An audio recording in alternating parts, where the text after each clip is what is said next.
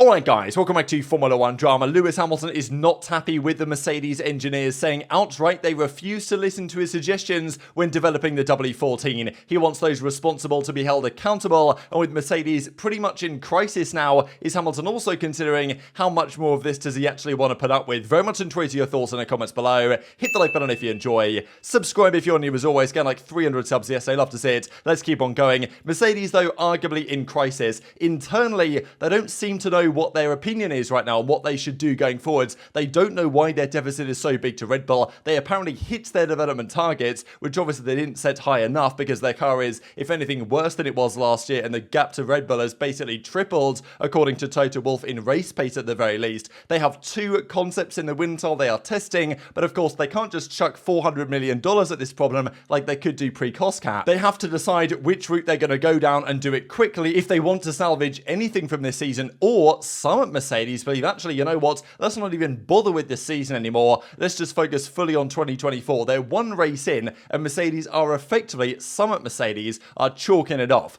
George Russell, Toto Wolff, they all seem to believe that their season is over. They're not going to win anything. So if you're not going to get first, why even bother to get second and just chalk it up and come back next year? That's not, of course, what Lewis Hamilton wants to hear. But yeah, some at Mercedes want to scratch the year and focus on 24. Some want to develop the W14 to understand why it's so far behind what Red Bull are able to accomplish. But, you know, it does seem like Mercedes are very split right now. And for all that Hamilton might be, you know, nice and upbeat on the radio about, oh, I keep pushing team and all this, he's obviously very frustrated that his suggestions and all the work that he did last year to help develop the W13 and give the feedback to the team and everything that happened there has not resulted in a competitive car this year. These are the full words here from Hamilton. Last year, I told them what the issues were with the car. I've driven so many cars in my life, so I know what a car needs. I know what a car doesn't need. And this is the thing, right, for Hamilton, is that at the start of last season, he sacrificed a lot of his own performance in qualifying and races to get the understanding of the car through to the guys in the team, to make the progress, to try different things on the car. Most of them didn't work. Some of them did. They took steps. Eventually, they got a 1-2 at the end of the season. And I think a lot of that is down to what Hamilton was able to do with the car to test things out and to push the team in the right direction. He was hopeful, as was the rest of the team, that that confidence would carry over to the W14, but clearly certain things that Hamilton told them were not implemented into the new car, right? And look, you could clone Hamilton 500 times and have 500 Hamiltons working on the car and designing it. Like, they wouldn't do as good of a job, of course, as the actual designers themselves, but nonetheless, the driver is going to know a fair bit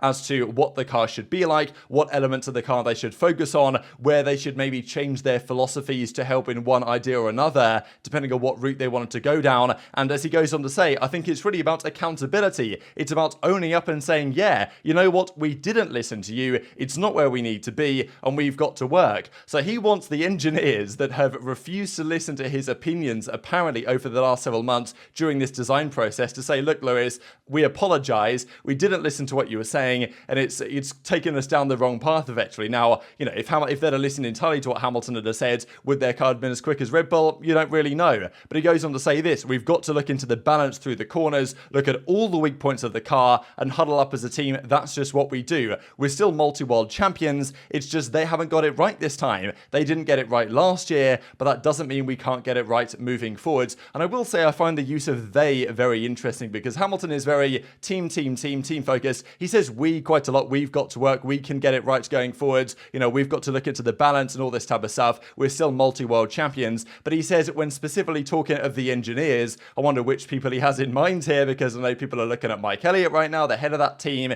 They're looking at James Allison potentially coming back into the team, and you know, wondering what exactly that looks like going forwards, because the relationship there between Mike Elliott and Toto Wolff is certainly going to be more fractured than ever after another effectively failure from Mercedes' perspective from their development team led by Mike Elliott, of course. But yeah, the use of they here, they haven't got it right this time, they didn't get it right last year, is like, you know, he's kind of separating himself to a certain degree from the engineers. If they'd have listened to his advice, the engineers, and then he'd have probably said, we didn't get it right, maybe my ideas are wrong, and they got some things wrong as well. But he reckons, look, I'm not involved in this. I gave my thoughts. Those guys made different decisions, because there's not an infinite amount of money nowadays. You've got to make some compromises somewhere with the cost cap in effect, and you know, maybe Mercedes are going to get exposed a bit by that. Or they just didn't listen to Hamilton when they possibly should have done. This reminds me, you guys might remember we discussed this on the channel several months ago now, an interview that Hamilton did with Heikki Kovalainen, one of his old teammates from back in the day, at I think this was the Hungarian Grand Prix, Ferrari, and Hamilton was said actually in this interview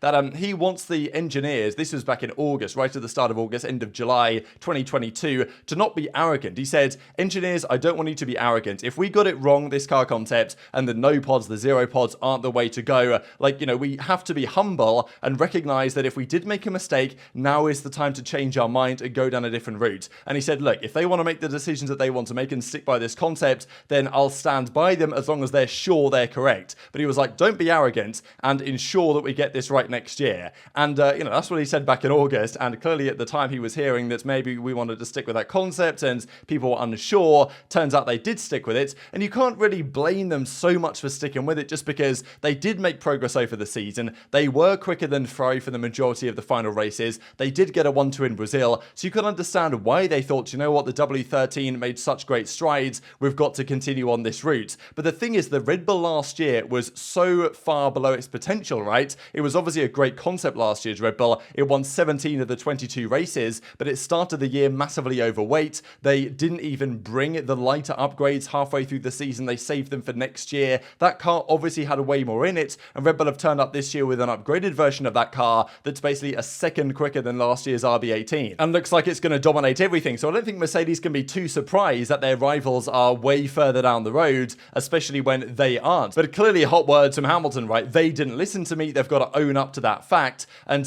yeah, the frustration between Hamilton and the engineers is very palpable on this, and I'm sure also between Toto Wolff and the engineers themselves. So what do they do? And also I know that the guys on Sky were mentioning this, like, you know, obviously this is going to hit the confidence of the designers, right? The designers are going to be like, damn, we got it wrong again. Like, they're not going to, you know, I'm sure the Red Bull designers are full of confidence, which might actually help in the design process to a certain degree, rather than being concerned about making mistakes, especially when the pressure is on them like it is at the moment. Toto Wolff says the single lap pace is good, but the fact that we're lacking downforce, sliding the tyres around, that just kills the tyres. The team is aware that it's not now about finding 0.3 of a second and polishing up the car. This is a matter of serious performance that they need to find, and they're going to have to do that radically. And the issue is for Mercedes, they can't split their resources. They need to choose one design direction and go fully behind it. With the cost cabin effect, they can only develop one car. The question is which car. They can't just throw money at multiple different potential concepts and run with all of them to see which one's the best. They've got to make their mind up quickly and go down that route. Whether that's a Red Bull copy, whether it's not, I guess will remain to be seen. Helmut Marko, of course, from Red Bull said, well, you guys can't just spend all the money making all the different concepts, and Toto Wolff agrees, says we can only choose one. Now, Toto Wolff doubles down, actually. He gives a very interesting interview here that I thought you guys might find insightful. It's not fully centered on the screen, but I think it gets the point across. He says, we don't want to finish second, we want to win, but there's one team, Red Bull, miles ahead. They play with the competition. They don't even have tyre wear. And honestly, if you looked at the hard tyres that finished up on Verstappen's car at the end of the Bahrain Grand Prix, given how high the tyre degradation is generally around Bahrain, like, you know, honestly, they might have to nerve Red Bull by saying that Verstappen has to start on those same set of hard tyres again in Jeddah, and they'd probably still win the race. We can at least do better, see what we can get out of the unfavourable situation we find ourselves in. That's what they did last year. But they can't just get rid of the side boxes or the current side box design and expect the car to be better. It's all about the airflow, how it relates to the floor, how it seals the air in around the floor to make it most effective. Our car was lean but not fast. And then he talked about Aston Martin. They hired a Red Bull man, of course Dan Fallows, formerly of Red Bull, who managed to make the car suddenly 2 seconds faster. A year ago they were 17th and 19th, I think, in qualifying, or maybe you mean in pre-season testing. We knew Alonso was strong and motivated, but even Lance Stroll rode up front with 2 broken hands and a broken toe. Just proves how good the car is. I've never seen such a jump in Formula 1. He's almost raising questions, just like Helmut Marko did, about how Aston Martin have made such progress over the course of a year. And in fairness, he has an interesting point that have we ever seen in recent memory a jump from a team like this since, really, Brawn GP in 2009 when they came along with the double diffuser and made massive steps in that season. Of course, that's the team that is now Mercedes. I believe Keanu Reeves is actually making a film about, I think, the Brawn GP story from back in 2009 when Jenson Button won the world title that year. So, you know, that's really the last time we saw quite a jump like this. And he says, like, I'm a shareholder in Aston Martin. I'm quite happy about this. And he was also asked, why is Lewis so relaxed, at least in his post-race interviews? And he says he's a team player. He's mature enough to accept reality. He doesn't help to sulk a lot. We've got to try and spin this around. And he also goes on to say that I believe Red Bull will win every Grand Prix this season, and basically writes the year off and says, yeah, we're not going to be able to do anything this year to match those guys. So this is the question that I have therefore about Lewis Hamilton. Hamilton. What does he think about the situation? He's 37, going to be 38 soon enough. Yes, Alonso is 41 going on 42 and still driving at a very high level, Alonso. And I'm sure Hamilton believes as well that in a few years' time, Hamilton can still be competing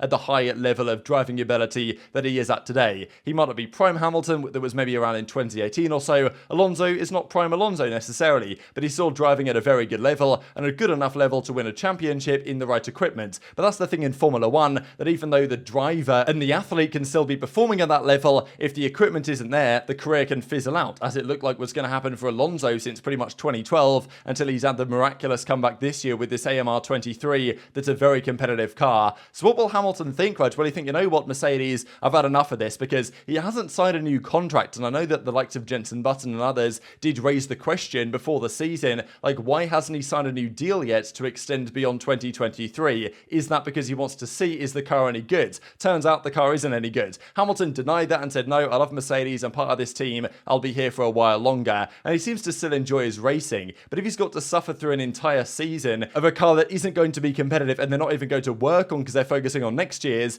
with the small optimism they might be more competitive next year, especially given the way the last couple of years have gone in this ground effect era that Mercedes clearly haven't nailed from the get-go, and Red Bull will possibly dominate for the next 3 or 4 years at this point. That is the concern for Hamilton. Now, he's not going to go to another team. He's not going to down tools and go to Aston Martin or anything. Like, he'll retire with Mercedes, but will it be sooner or later? Because Hamilton doesn't want to retire until he gets his 8th title, but it seems a very long way away at this point. And if it's not going to be Hamilton and Mercedes competing with Red Bull, who can it even be? Ferrari have confirmed that Charles Leclerc's retirement was caused by a human error, so, another disaster from them. The only hope, as far as I'm concerned, is probably Aston Martin. If you look at the numbers here in terms of development percentage time, Red Bull have the lowest, of course, because they were number one with the additional penalty. Mercedes have 80% of the total time, but Aston Martin have way more time, like pretty much 50% more than what Red Bull have in terms of testing time. So they honestly are, I think, the best chance this season of any team, because everyone expects that Red Bull, Ferrari, Mercedes will outdevelop Aston Martin, but it might not be the case, given that apparently they've got an aggressive upgrade program coming soon, and that they have way more testing and development time, theoretically, than all the other top teams in contention this season. So very much enjoyed your thoughts on all this stuff in the comments below. Hit the like button if you enjoyed, subscribe if you're new, take care, and I'll see you next time.